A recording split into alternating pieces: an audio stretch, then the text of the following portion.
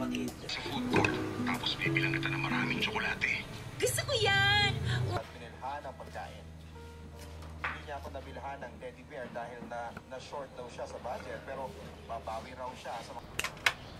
Pero noong taon yun, kakalipat lang namin ng tira. Nangungupahan lang kasi ang mga magulang ko noon at voluntaryo sa isang bayan sa Batangas. Alas 4 ng madaling araw ang misa, pero alas 3:15 pa lang. Ay naghahanda na kami ng mga magulang, kaya gusto namin na nakakaupo kami. Samantala, 3:35 a.m. nang dumating kami, nakasalubong na namin ang isang resepista. Nagmamadaling babae sa simbahan.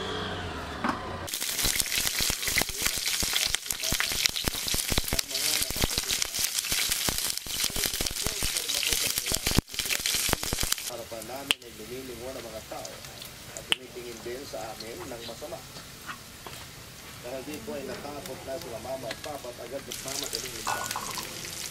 Iho, anong oras ba ang simbang gabi dito? Sinasabi dito sa mama at kapita. Maraming tayo sa nito.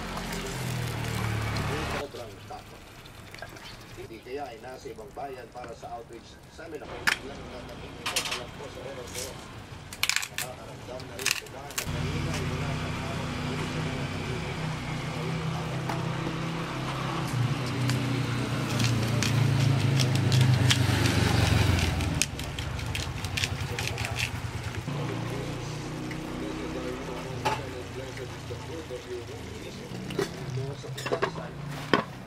Tapos sabi niyo sa kanya, kasanding yun, alas 5 ng umaga sa simbahan, nagdaos ulit ng simbang gabi. Habang nagsasagawa kami ng church activity, napagkwentuhan namin ang dahilan kung bakit maraming nagmumulto sa simbahan. Nakiisa naman ang lahat natin pinagdasal dami ng mga biktima sa labas ng simbahan. Pero sa duty sila, nagsimang nila ako ng pagsunod. Samantala lumipas ang maraming taon, nakapagtapos na ako ng pag-aaral at nakabagong parish priest doon. Kaya naramdam gustong sumamba. Ang pagpunta sa simbahan ang siyang magiging church. Dito sa Balintawak at aktibo kaming pareho sa mga edad, ay maging aktibo na rin sila sa paglilingkod sa ating Panginoon. Ay, alibay lang daw yun. At kahit ano pa ang hinala namin, ay baka may masamang nangyari sa kanya. Nagpunta kami ng kapatid kong babae sa agency ni Papa para kumuha ng balita roon. Nandoon na ang Papa namin. Lahat sila humahangos na lumapit.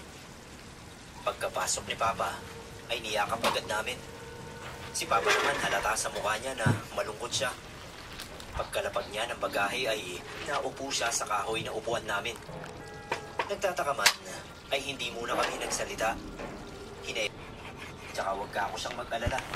Baka nakakalimutan niya na mambabarang ang nanay namin. Hanggang siya nito. Kaya naghinala na agad ako na baka si Papa ay nababarang tulad ng takot niya sa banta ng babae. Lalo pang tumibay, hindi kami pwedeng magkamali. Amen, na kumpleto ang maiinom niyang gamot. Ang kaso sa halip na bumuti ay lalo pang lumalala ang pamamaga ng katawan ni Papa. Tapos may mga dahil nahihirapan na siyang tumayo. Palabas mula sa loob pa. Tulog nun si Papa. Wala nang naabutan si Ate Remy na lumalabas sa katawan ni Papa. Pero meron siyang namataan sa sahig. Dinampot niya yun at tinanong ko siya kung saan niya yun dadalhin. Dinala niya yun sa kusina. Katulong yun sa gagawin namin. Kaming tatlong nakakasugat ni Papan ng gagawin namin. Bale ang naging alalay niya. Kung sa tingin ba nila ay gumana ang ginawa namin. Sabi ni Ate Remy, hindi pa kami nakakasiguro. Malalapit ng katawan niya. Akala talaga namin ay magtutuloy-tuloy na ang paggaling niya. Parang kay Papa ang ginawa. Inalam namin kay Papa naman niya ang binabalak namin. Kaya sabi niya ay wag baka raw pati kami ay madamay pa. Kasi Ana ang nambabarang sa kanya. Paano kung hindi? At kami naman ay asikasuhin himik. Paano naman kami Oo, sagot ka ni Wanted, pero paano mag-apply? I-click mo lang ang link sa baba para mag-apply. Bigay sa amin ng bumayak dahil marami kami pupuntahan. Sila, ang grupo ng mga magbabarang. Dahil nasabi ko na ito sa kanya. Sabi ni Kabebang, babarang, lalo na kung hinaman, ay meron naman itong pamamaraan, alam ako. Pero hindi ko gagamitin, Kabebang, ang papel na sinulatan niya. At sinunod ko yung harap ko. Sabi na, hindi sa loob ng garapon. Panigurado yun. Mat sa pinakahiwatig ni nanay. Tungo na kami ni Tia Amparo sa bundok. Doon, grabe yung putik ng mga dinadaanan namin. Lahat ng mga magbabarang dahil ang tinungo nito ay isaya sa kanila, ay natulala lang. Hindi ako makapaniwala sa mga nangyari. Natalo namin ang kalaban. Pagbaba namin ng bundok, ay abot-abot yung pasasalamat ko sa mga magbabarang na yun. Pagdating sa bahay, hindi ang dako yung nangyari sa bundok. Nagtaka ako kung bakit parang hindi natuwa si Ate Remy. Tinanong ko siya kung may problema ka.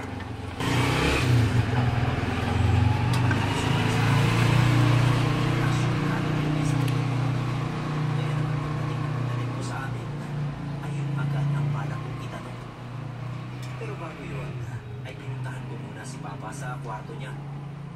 May mga sugat pa rin siya, pagaling na lang siya. Nagpasalamat siya sa akin. Unti tungkol doon, ay lumabas na ako ng silid niya.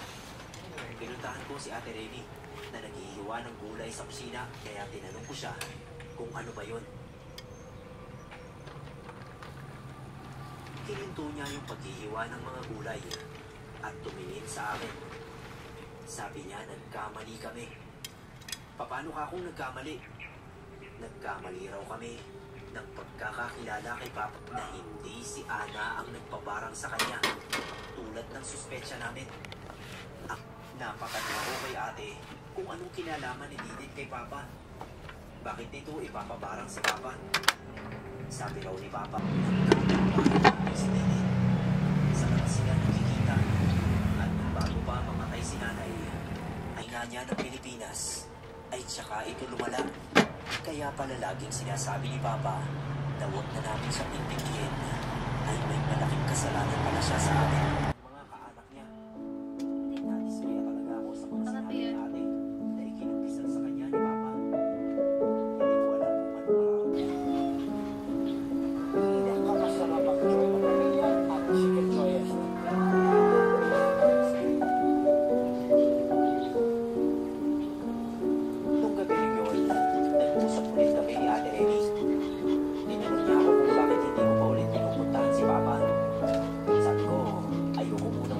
Papa sa kwarto niya kasi hindi pa okay yung pakiramdam ko.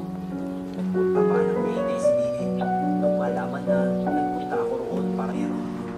Dahil siguro ng takot ko sa mga naranasan ko at posibleng ko pang maranasan yung panahon na yun. Patuloy pa rin kami sa mag-orasyon kami-kami habang ako ay patuloy pa rin mananaginip ng tungkol sa magbabarang na si Didi. Isa pa rin mabuti kung naglaot pa rin yung ano. Bilang kami na rin kasi ang nakukuya dahil sa kakaisip ko sa barang. Ayoko mabigla nito. Yung pinapahanap na insekto ni Tia Amparo. Malaki raw ang maitutulong sa amin ng insekto yun laban sa kapwa namin magbabarang.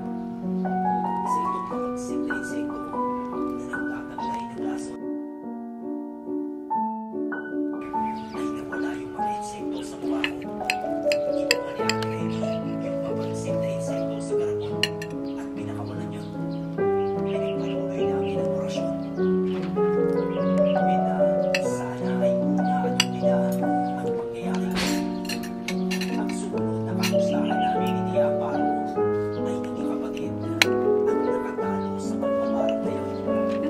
Kahit yun ang nangyari ay hindi raw nila nararamdaman ang presensya ng nakababatang magbabarang. Ikaw din, Ben. Parang sa corner. Iba't-ibang pamamaraan. Mozzarella at saka cheese. Sa ibang bandaw ito ay isa pa rin ang layunin ang makapagpapalaki. Palagi na sa mabuti para walang pabarang o magpakulang sa